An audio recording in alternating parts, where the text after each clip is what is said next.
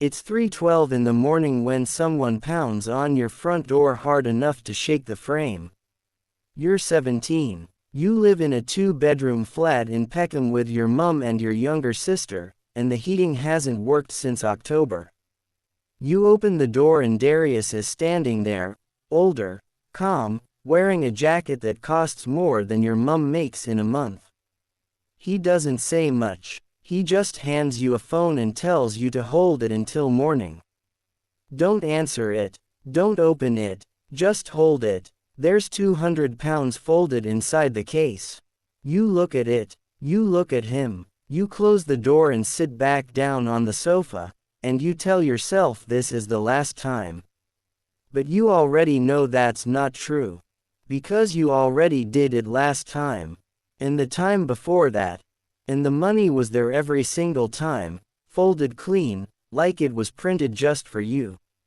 That's how it starts. Not with a speech. Not with a ceremony. Just a phone. Just a number. Just a door that opens and doesn't fully close again. You by 18 you're a runner. You move packages between postcodes you've known your whole life, except now you see them differently. You notice which corner belongs to who. You notice which shopkeeper nods and which one looks away. You notice the unmarked cars that park too long on residential streets. You start reading the city like a language, and the city starts reading you back. You earn respect not by asking for it but by being reliable. In this world, reliability is everything. If you say you'll be somewhere at 10, you're there at 9:50. If you're told to keep quiet, you keep quiet. Simple rules. But most people can't follow them. You can. That's why Darius starts calling you directly. The first time you see real violence, you're 19. You're in a car park off Old Kent Road at 11:30 on a Tuesday. You're not supposed to be there. You were told to wait outside. But you hear it, and when it's over, the man who did it walks past you like he's coming out of a Tesco. Calm, cleaned up, he looks at you and says, "You didn't see anything." You nod. He gets in the car. You stand there in the cold for 2 full minutes before you remember how to breathe. That night you lie awake and tell yourself you're going to stop. By morning you've talked yourself out of it. The money is real. The alternatives aren't. At 21, you're trusted. That word means something specific here. It means you're inside the room now. You sit at the table where the real conversations happen. You hear names attached to operations, timelines attached to figures.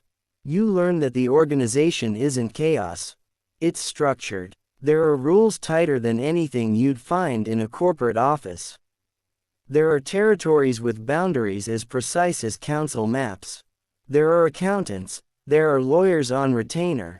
There are men in legitimate positions who owe favors going back 15 years. The operation doesn't look like what you see on television. It looks like management. And you are becoming management. 23. You have your own people now. 3 of them, young, hungry, remind you of yourself except they're faster to anger and slower to think. Your job is to keep them in line, keep them earning, keep them invisible. You start to understand what Darius saw in you.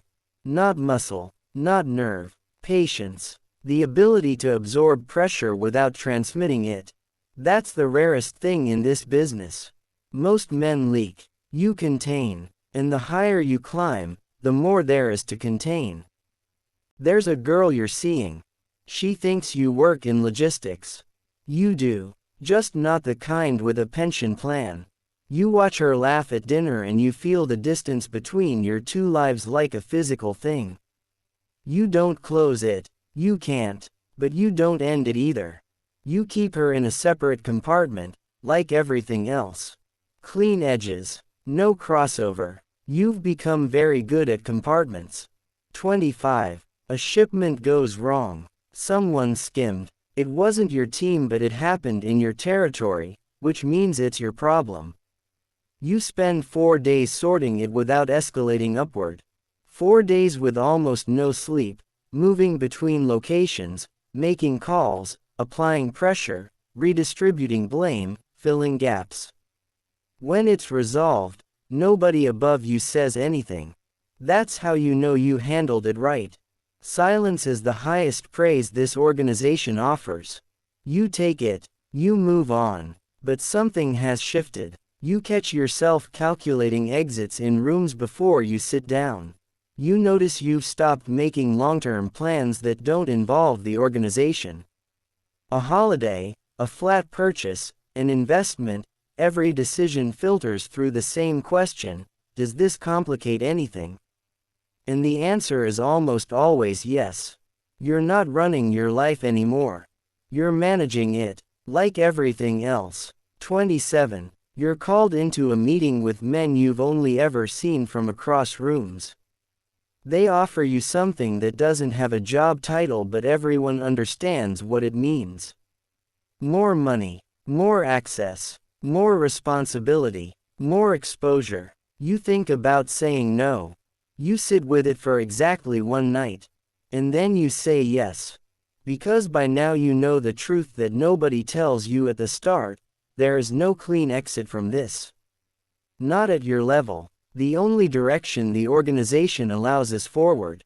Deeper in, more embedded, more necessary, more protected, and more trapped, in the exact same breath. The phone rings. It's late. It always is. You answer before the second tone because that's who you are now. Someone gives you a name, a location, a time. They ask if you can handle it. You say yes without asking what handling it involves.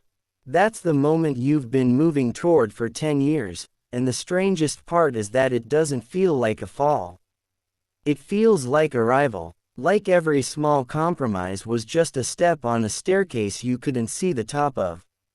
You handle it, and the next morning, the city looks exactly the same.